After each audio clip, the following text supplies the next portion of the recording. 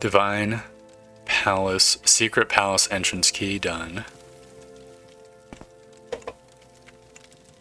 Oh, did he get tired of levitating? Okay, he probably wants me to read those after I talk to him.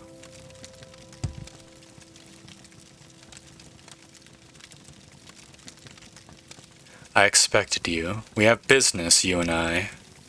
When I was young like you, I was very impatient, so I'll keep our business short. Then later, there may be time for other things.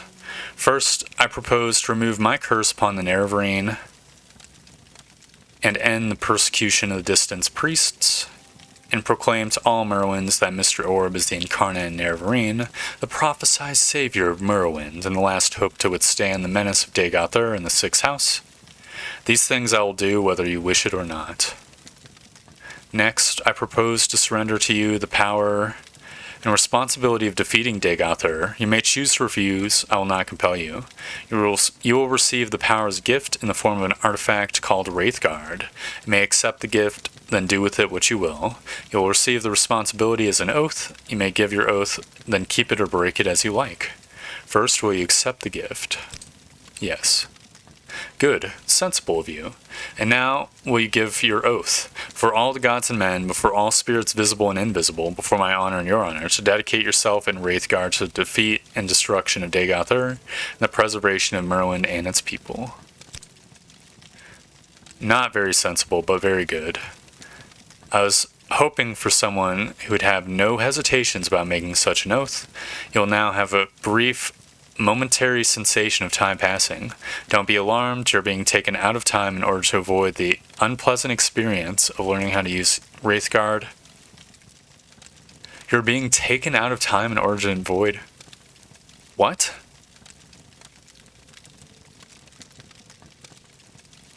To avoid the unpleasant experience of learning how to use Wraithguard, it will be over before you know it.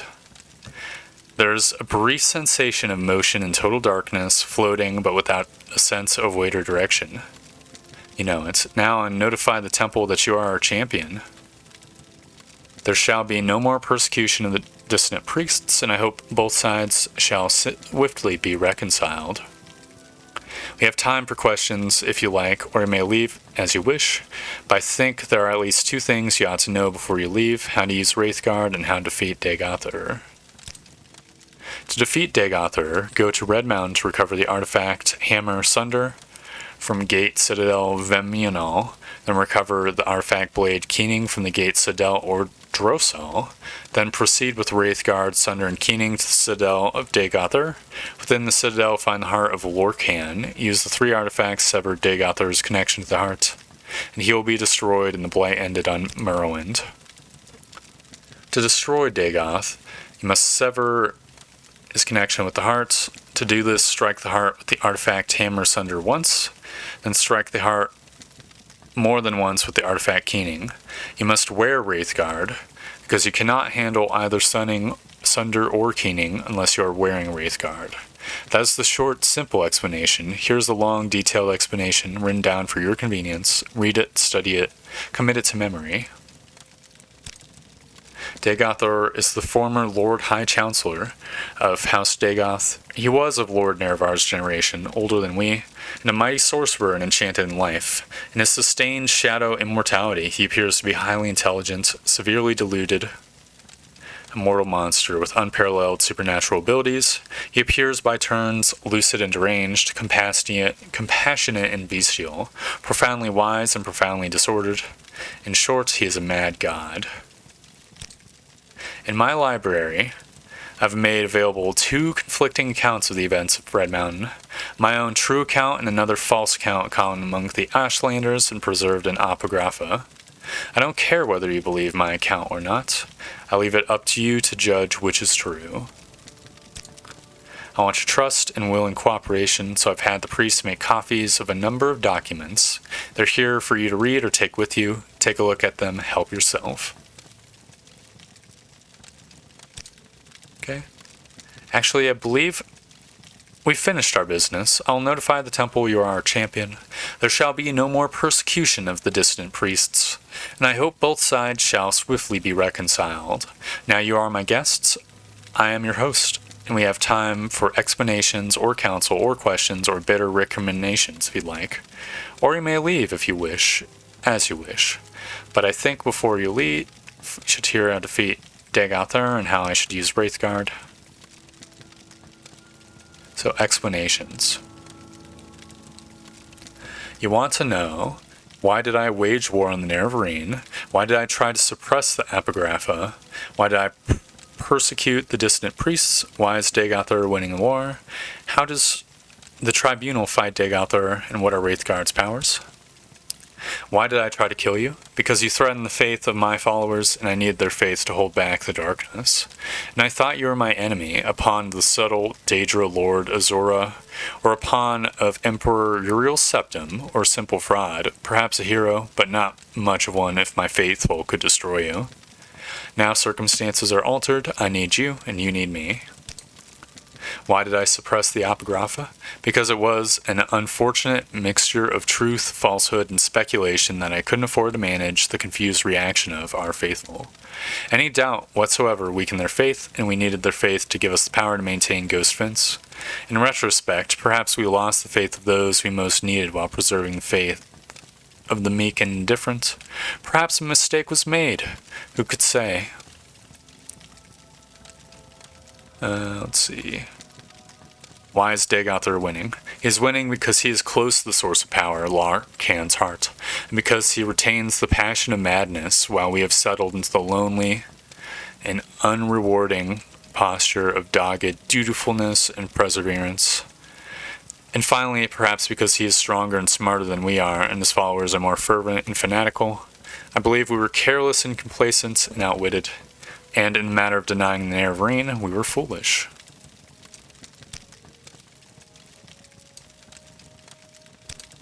In the past, the tribunal made seasonal campaigns to Red Mountain. We slew Dagother and his kin, though the heart always revived them in time.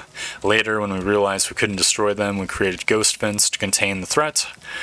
These solutions were effective until Dagother ambushed us and captured Sunder and Keening. Since that time, our fortunes have waned as his increased. Interesting. He ambushed you guys? What the fuck?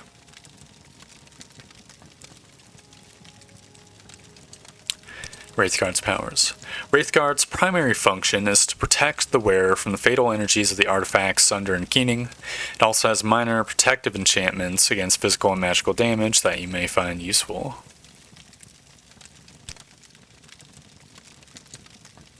Counsel. You need to know, where is Dagother? What are his plans? Who are Dagother's servants? Who is Dagother? What are Dagother's powers? What is known about his defenses? How I can prepare for battle? Who can help? He has never ventured out of the Heart Chamber, the place under Red Mountain where the heart of Lorcan lies. It is there or nearby that he is constructing a new god, Akulakalan, also known as Second Numidium. What? We know nothing for sure, but we've learned much from interrogating 6th South cultists and victims of dream compulsions. The temple scholars and inquisitors have prepared a document, Dagother's plans, that summarizes what we know or suspect. Chief among his servants are 7 brothers, the Ash Vampires, powerful Heart-Wights, and cunning sorcerers of old. These creatures appear to die, but are always revived at the heart. Somehow Dagother has conferred some portion of his immortality upon them. Or perhaps they sustain themselves through more conventional sorcery. I think I've already asked who is Dagother. What are his powers? I hit the wrong one.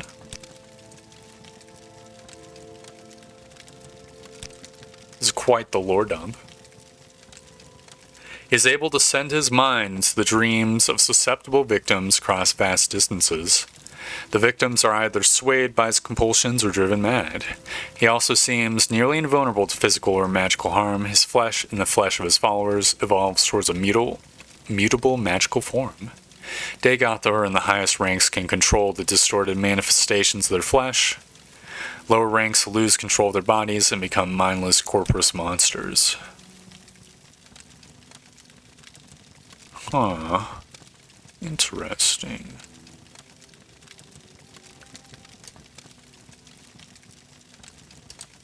What's known about the defenses? Confer with the Ordinators and Buoyant Armigers garrisoning Ghost Gate for the latest information about the Citadels and the Heartright kin. Prepare for war. Beyond the Ghost Vents, there are no safe places, no allies, stockpile resources, plan for retreat and replenishments, quest for artifacts of power. Ordinators and Buoyant Armigers have the most practical knowledge. Amazing. So, Council I've already got, questions I already got. Oh, no. Questions. You're curious. What really happened at Red Mountain? What really happened to the Dwemer? What was the Dwemer's sin? What's it like to be a god? Do I remember being mortal? How do I feel about the people of Morrowind? In my library, I've made available 2 conflicting accounts, my own true account and another false account. I have no idea what happened to the Dwemer. I have no sense of them in the timeless divine world outside of mortal time. I have no sense of them in the timeless divine world outside of mortal time. In fact, if I did believe they existed, I would be in no hurry to make contact with them. They may, with some justice, hold the Dunmer race responsible for their fate. My intuition is that they are gone forever, and that is perfectly fine with me. What is the Dwemer's sin? The sin of the Dwemer was the creation of a new god from a substance of the dead god, Larkan. This is also the sin for which we would destroy Dagothor. I hesitate to call it a sin. More properly, call it destructive evil. The sin of the tribunal, however, is in breaking the oath to Azora to forbear from tapping the heart with Kaganak's tools, and in the folly of seeking to become gods. Breaking the oath was evil, becoming gods was folly. If we have sinned, we have paid the price. What's it like to be a god? It is like being a juggler. Things are always moving, and you learn to know where they are without even thinking about it. Only, there are many, many things moving, and sometimes, like any juggler, you drop something. I'm afraid it's become a lot more a matter of dropping things lately. There's too much to do and not enough time. I'm losing my touch. Perhaps I'm growing old. It's a bit like being awake and asleep at the same time. Awake, I'm here with you, thinking and talking. Asleep, I am very, very busy. Perhaps for other gods, the completely immortal ones, it is only like that of being asleep, out of time. Me, I exist at once inside of time and outside of it. It's nice never being dead, too. When I die in the world of time, then I'm completely asleep.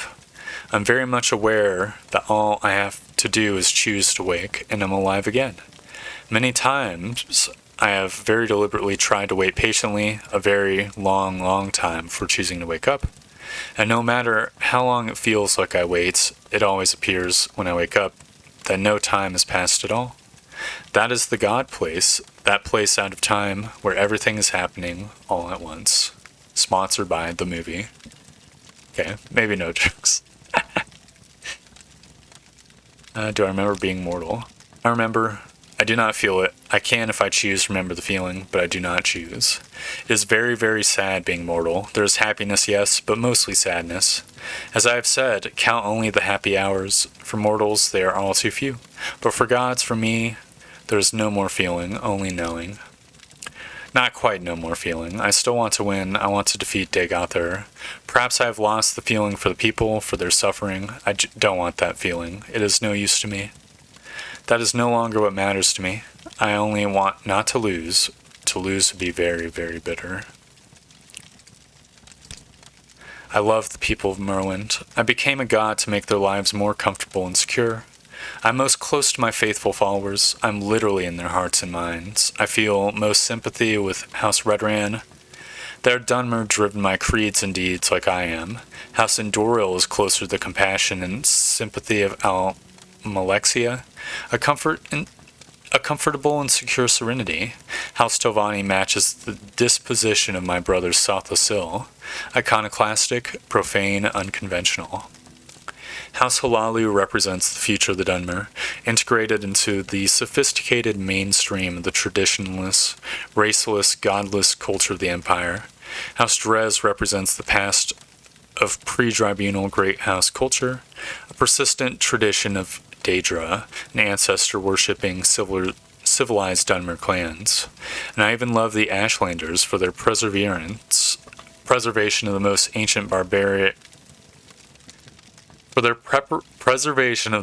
ancient barbarian tribal traditions of the Dunmer who first settled Morrowind. You want to chide me? Why did I murder Nerevar? Why did I break my oath to Azura? Why did I cause others to suffer? We did not murder Nerevar. The legend that we murdered Nerevar comes from a story told by a shield companion Nerevar, a Landros soul who lived amongst the Ashlanders. The Ashlanders have retained his accounts as part of their oral histories. The account is persuasive in some details, implausible in others, and is, in any case, false. I have two accounts. Read them and judge yourself. Why did I break my oath? Along with Lord Nerevar and at his assistance Almexia, Sotha Sil, I swore before our god of oaths at the time, the Daedra Lord Azura, never to employ the tools for any purpose. We broke our oaths. We turned our backs on the old gods. I still see no compelling reason to worship any of the Aedra or Daedra. But for the respect I held for Nerevar and the respect I held for myself, I should never have betrayed my oath. Of all my life's actions, I regret that failure the most. Why did I cause others to suffer? I respect that question and you for it. The most I can say is, I did the best I could as I saw things. Can you, mortal, presume to judge the actions and motives of a god? But because I need you and you need me, I'll make accounting for my sins to you too. But not now. Destroy Dagothar, and then we will discuss my sins. Then perhaps you will earn the right to judge me. Oh, okay.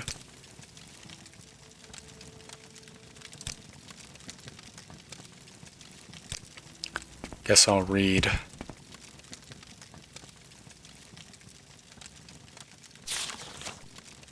The following is the transcript of the words of Lords Vivec addressed to a dissident priest, Mala Romain, who confronted Vivec with the Ashlander traditions. Who can clearly recall the events of the distant past, but you've asked me to tell you in my own words the events surrounding the Battle of Red Mountain, the birth of Tribunal, and the prophecies of Nerevar Reborn. When the Chimer first abandoned the herds and tents of the nomadic ancestors and built the first great houses, we loved the Daedra and worshipped them as gods. But our brethren, the Dwemer, scorned the Daedra and mocked her foolish rituals, and preferred instead their gods of reason and logic. So the Chimer and Dwemer were always at bitter war until the Nords came and invaded Resdain. Only then did the Chimer and Dwemer put away their strife and join together to cast out the invaders. Once the Nords were driven out, General Nerevar of the Chimer and General Dumak the Dwemer, who had come to love and respect one another, resolved to make peace between their peoples. In that time, I was but a junior counselor to Nerevar and Nerevar's queen, Almalexia, and his other favorite counselor, Sotha Sil. I always doubted that such peace may long survive, given the bitter disputes between the Chimer and Dwemer, but by negotiation and compromise, Nerevar and Dumak somehow managed to preserve a fragile peace. But when Dagoth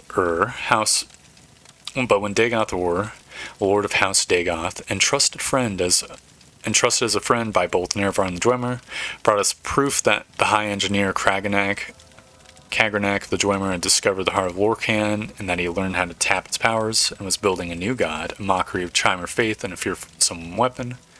We all urged Nerevar to make war on the dwarves and to destroy this threat.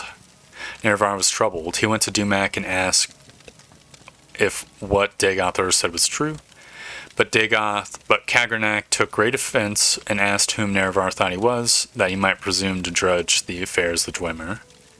Nerevar was further troubled and made pilgrimage to Hul Mayan, the sacred temple of Azura, and Azura confirmed that all Dagothar said was indeed true and that the creation of a new god should be prevented at all costs. When Nervar came back and told us what the goddess had said, we felt our judgments confirmed and again counseled him to war, chiding Nervar for his naive trust and friendship, the faith and security of the Chimer, against the impiety and dangerous ambitions of the Dwemer. Then Nervar went back to Vardenfell one last time, hoping that negotiations and compromise might once again preserve the peace, but this time the friends Nervar and Dumac quarreled bitterly, and as a result, Chimer and Dwemer went to war. The Dwemer were well defended by their fortress at Red Mountain, but Nervar's cunning drew most of the armies out into the field and pinned them there, while Nervar, Dagothr, and a small group of companions could make their way into the Heart Chamber by secret means. There, Nervar, the Chimer King, met Dumac, the Dwarf King, and they both collapsed from grievous wounds and draining magic. With Dumac fallen and threatened by Dagothr and others, Kagernak turned his tools upon the hearts, and Nervar said he saw Kagernak and all his Dwemer companions at once disappear from that world. In that instant, Dwemer everywhere disappeared without a trace, but Kagernak's tools remained, and Dagothr seized them and carried them to Nervar, saying, "That fool Kagernak has destroyed his own people with these things. We should destroy them right away, lest they fall into the wrong hands." But Nervar was resolved to confer with his queen and his generals, who had foreseen that this war would come, and whose counsel he would not ignore again. Alas, the tribunal, what we shall do with them, for they have had wisdom in the past that I had not. Stay here, loyal Dagothr, until I return. So Nervar told Dagothr to protect the tools in the Heart Chamber until he returned.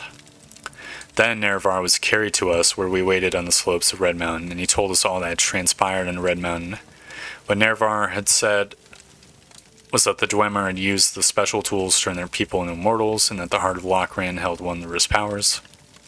Only later did we hear from others present that Dagothr had thought the Dwemer destroyed, not made immortal. And no one knows for sure what really happened there. Interesting. After hearing Nervar, we gave our counsel as he requested, proposing we should preserve these tools in trust for the welfare of the Chimer people, and who knows, perhaps the Dwemer are not gone forever, but merely transported to some distant realm, from which they may someday return and threaten our security once again. Therefore, we need to keep these tools, to study them and their principles, so that we may be safe in future generations. And though Nervar voiced his grave misgivings, he is willing to be ruled by our council under one condition, that we all together swear a solemn oath upon Azora that these tools should never be used in a profane manner that the Dwemer had intended. We all readily agreed and swore solemn oaths at Nervar's dictations. Then we went with Nervar back into Red Mountain and met with Dagothr. He refused to deliver the tools to us, saying that they were dangerous and we could not touch them. He seemed to be irrational, insisting that only he could be trusted with the tools, and then we guessed that he had somehow been affected by his handling of these tools. But now I feel sure that he had privately learned the powers of the tools and had in some confused way decided he must have them for himself. Then Nervar and our guard resorted to force to secure the tools. Somehow Dagothr and his retainers escaped, but we gained the tools and delivered them to South Osil for study and safekeeping. For some years, we kept the oaths we swore to Azora with Nervar, but during that time in secret, South Osil must have studied the tools and divined their mysteries. And at last he came to us with a vision of a new world of peace, with justice and honor for nobles, and health and prosperity for commoners, with the tribunal as immortal patrons and guides, and dedicating ourselves to this vision of a better world, we made pilgrimage to Red Mountain and transformed ourselves with the power of Kagernak's tools. And no sooner than we had completed our rituals and begun to discover our newfound powers, the Daedra Lord Azora appeared and cursed us for our forsworn oaths. By our powers of prophecy, she assured us that our champion Nervar, true to his oath, would come to punish us for our perfidy, and to make sure such profane knowledge might never again be used to mock and defy the will of the gods.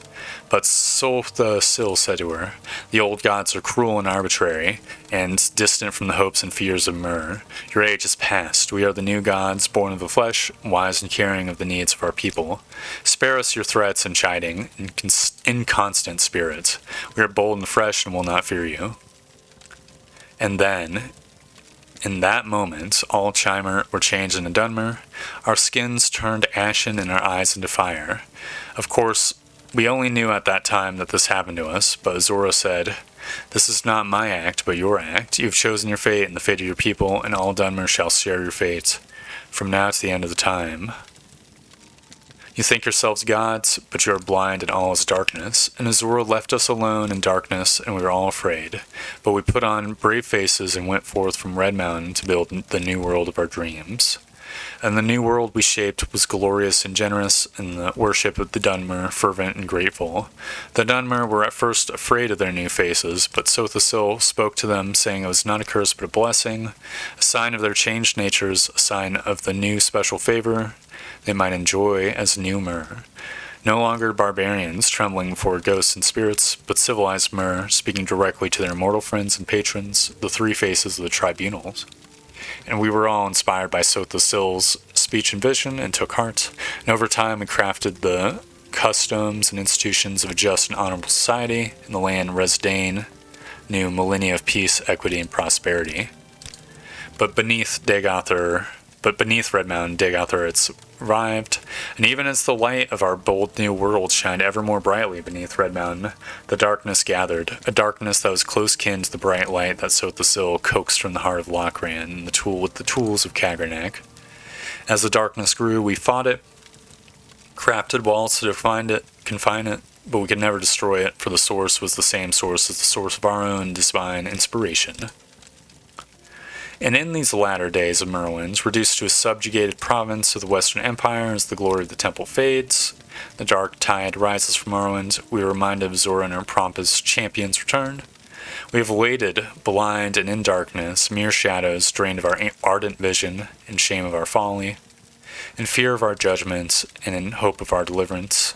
We do not know if the Outlander claiming to fulfill the prophecies of the Nerevarine is our old companion, Nerevar Reborn, or upon the Emperor, or Cat's Paw, Vizora, or some simple twist of fate. But we insist you adhere to the doctrine and conform to the strictures dividing Chirographa from Apographa, and that you not speak that which must not be spoken openly. Act as a dutiful priest should, in accordance to your vows and archcanons, and all be forgiven. Defy me, and you will know what it is to stand against God. So he just doesn't say it. What the hell? Did I miss it? Is it just implying that he died of old age? Or did Azora fucking delete Nerevar? Yo, Vivec, the fuck? Nah, it's confusing as fuck. Do I have Wraithguard in my inventory now? I probably should, right?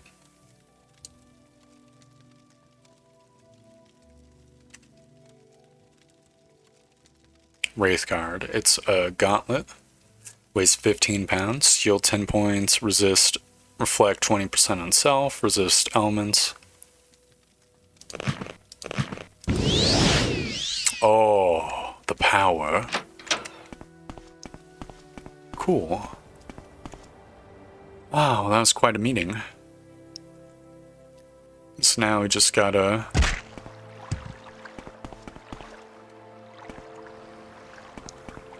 do the 7th trial.